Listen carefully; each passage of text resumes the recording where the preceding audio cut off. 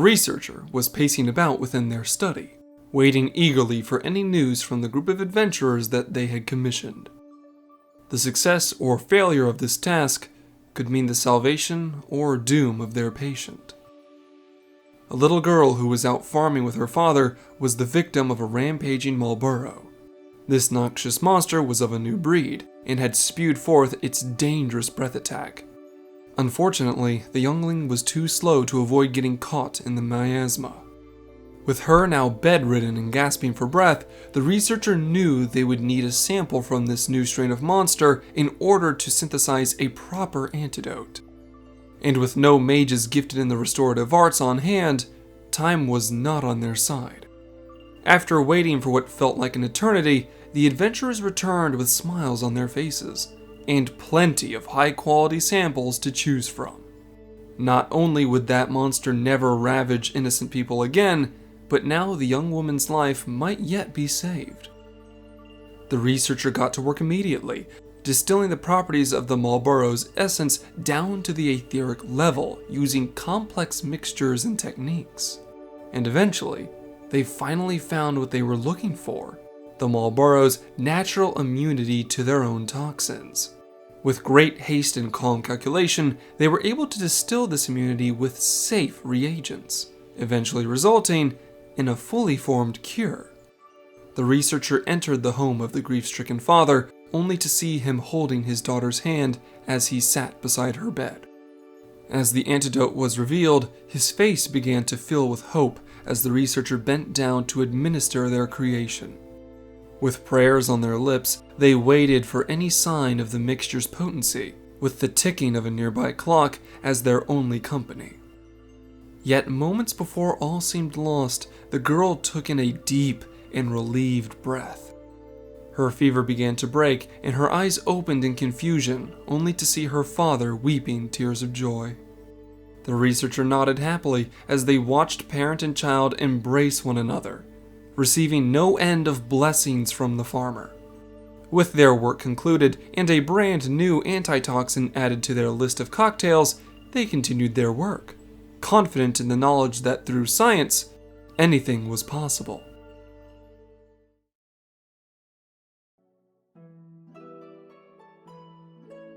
Welcome back, my friends. Today we'll be resuming our lessons on the various crafters of our world. And yet this profession is much more broad than most on our list. From potions to pesticides, inks to acids, this crafter is capable of synthesizing the components necessary for survival as well as the ingredients to make life easier. With perfection as their target, they're always breaking things down to their most naked components, curious to see how they can be put back together again. Gather around, my friends, as today we come together to understand the history and practices of the Alchemist. Let us begin by asking ourselves, what is alchemy? A proper scientific discussion of this profession would take days, possibly even weeks. So, in the spirit of this practice, I shall reduce it down to the most simple of components to create for you a clearer picture. The alchemic arts are, in fact, the study of material aether and the different interactions that unique components have with one another. The results speak for themselves.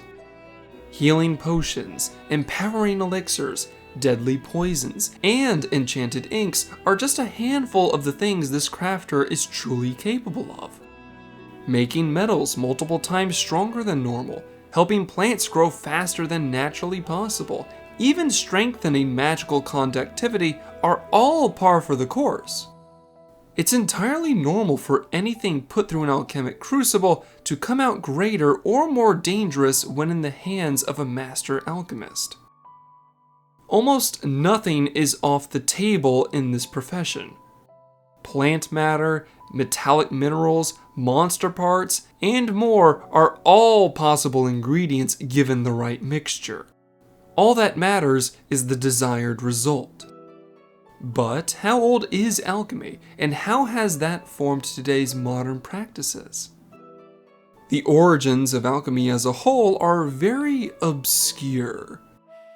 The concept of creating mixtures that produce various effects can easily be traced back to the most early eras in our world's history. However, like most things from the first or second astral era, the components created by these early practitioners were likely more crude and barbaric than any form of real alchemy we have today. True alchemic breakthroughs wouldn't make the pages of history until the third astral era with the formation of the Alchemist Empire. This was a time when magic and technology would merge into what is known as aetherochemistry. The process of mixing the arcane arts with scientific methods resulted in the creation of things that pushed the boundaries of imagination. Mighty weapons, terrifying chimeras, and even the gift of immortality were well within the reach of the Alchemist's aetherochemistry. And one of the many components of this art was none other than the practice of early alchemy. And yet, with the fall of the Alchemist Empire and the subsequent cleansing of knowledge in the Fourth Astral Era, just about everything was lost. All of alchemy's triumphs and failures were lost to time. Although, a new civilization would eventually emerge to pick up alchemy's torch. A city-state in the Near East would be born, and become the first ones to set the new standard. The birthplace of modern alchemy was none other than Radzat Han. Almost every alchemist these days can trace their knowledge and skills directly back to Radzat Han. The early men and women working the crucibles within the island of Thavnair created the techniques, tools, and principles used by today's alchemists all across Aldenard, Ilsabard, and Othard. While alchemy has indeed made great strides in other countries like Ul'dah and Old Sharlayan, Radzat Han is still considered the leading authority in all things alchemic for many good reasons. Primarily as this city-state is technically much older than any modern country within Eorzea by hundreds of years, and thusly has had that much more time to polish their craft. As such, even with the Alchemist Guild in Ul'dah, some Thavnarian components are imported to Eorzea because of how much faster they can produce powerful mixtures. For examples of this, you need not look much further than a popular item used by Eorzean smiths: Radzat Han Quenching Oil. From the advancement of alchemy across the world also came great strides in various mediums such as medicine, agriculture, and other crafting disciplines. A skilled alchemist will assist more unique professions in their lifetime than any other career, such as their power over transmutation. But while the application of their craft is incredibly vast and their processes complex, I would be remiss if I didn't address one of the oldest tales an alchemist could tell. There exists a story passed down from master to apprentice over the centuries. The idea of something so incredible that it could make a god of any who possess it. I speak of the legend of the Philosopher's Stone. Much like how philosophy itself has the potential to turn a culture of maniacs into a progressive utopia, the idea of the Philosopher's Stone is that it's alchemy in its purest form. With the stone in one's possession, someone could cure any illness, transmute objects into different forms of matter with ease, and even achieve immortality if they so desired. Many alchemists argue on the nature of this tale and what it represents. Some believe that the stone is just that, an object or medium of pure alchemic power that's capable of anything. Others believe that the Philosopher's Stone is much less literal, and is actually a specific technique that alchemists have yet to develop. And lastly, there are those who believe the Philosopher's Stone is simply a myth created by madmen in the pursuit of perfection. Although, regardless of the truth, the idea of the Philosopher's Stone has pushed some alchemists to prove themselves. Even if it's a complete myth, they want to see how close they can get to it with their mortal hands. A hopeless dream, yet something they will reach towards all the same in the name of progress. With all that out of the way, let us go over their choice of tools and attire. The primary tool of any alchemist is something called an alembic. The alembic is used as a distilling device and, in talented hands, is able to extract, refine, or purify certain things into more potent forms.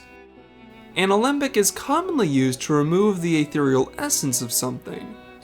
This way, it can be later mixed together with other things to create the strongest possible compound that's free of any impurities. Second is their use of something called a mortar. While the alembic is used to extract and break down things like liquids, the mortar is needed to break down solids. A common alchemic practice is to first break down an ingredient with one's mortar. Then, the powder of that object is added to a liquid mixture within the alembic, wherein the necessary components are then extracted. As for their attire, it's extremely common for most alchemists to wear something akin to a lab coat and cover their entire body with clothing. This is because they deal with potent liquids extremely often, and need to reduce the chance of any splashback hitting their bare skin as much as possible. Goggles are often used to protect their eyes, and it's common to cover their mouths and nose to stop potentially harmful things from being inhaled. Despite this full-body setup, an alchemy lab is usually kept at room temperature or slightly below in order to keep certain compounds within their respective states. That way, an alchemist doesn't have to worry much about overheating when compared to a smith. Lastly, we'll discuss the types of crystals they use during the crafting process. The most common crystals used in alchemy are, of course, water crystals. This is because etheric water is extremely useful in being able to safely dilute or purify certain solutions.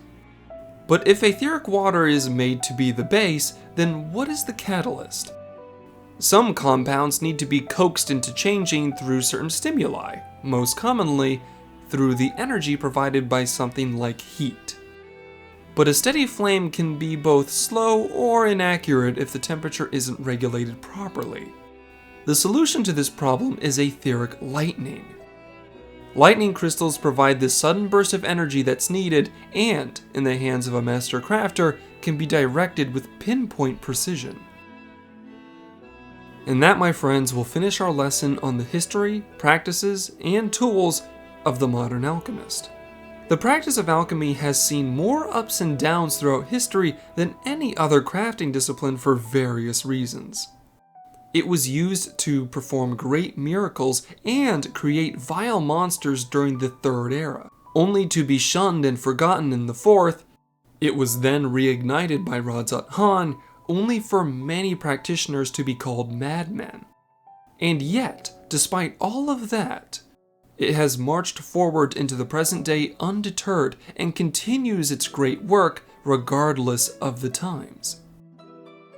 There's always something new to learn and create through alchemy. And until the Philosopher's Stone is found, there will ever be new horizons for an alchemist to explore. If you ever find yourself dabbling in the alchemic arts, then mayhaps you'll discover the next big breakthrough in medicine or transmutation. If so, I'll have to add your concoctions to my library. But until that day comes, I hope you all enjoyed today's lesson. And until next we meet, stay safe, my friends. If you like this video, don't forget to like and subscribe. Big shout out to my patrons, Rovakis, Monsolo97, Potato, Runeteer, The Yellow Couch, Papaya, Cyan, Sage Mouse, and Volvolisoma. If you want to see more lore content in the future, share this with your friends. My dream is to share as much as I find with as many people as possible. And if you do end up helping me, thank you so much in advance. And have a wonderful day.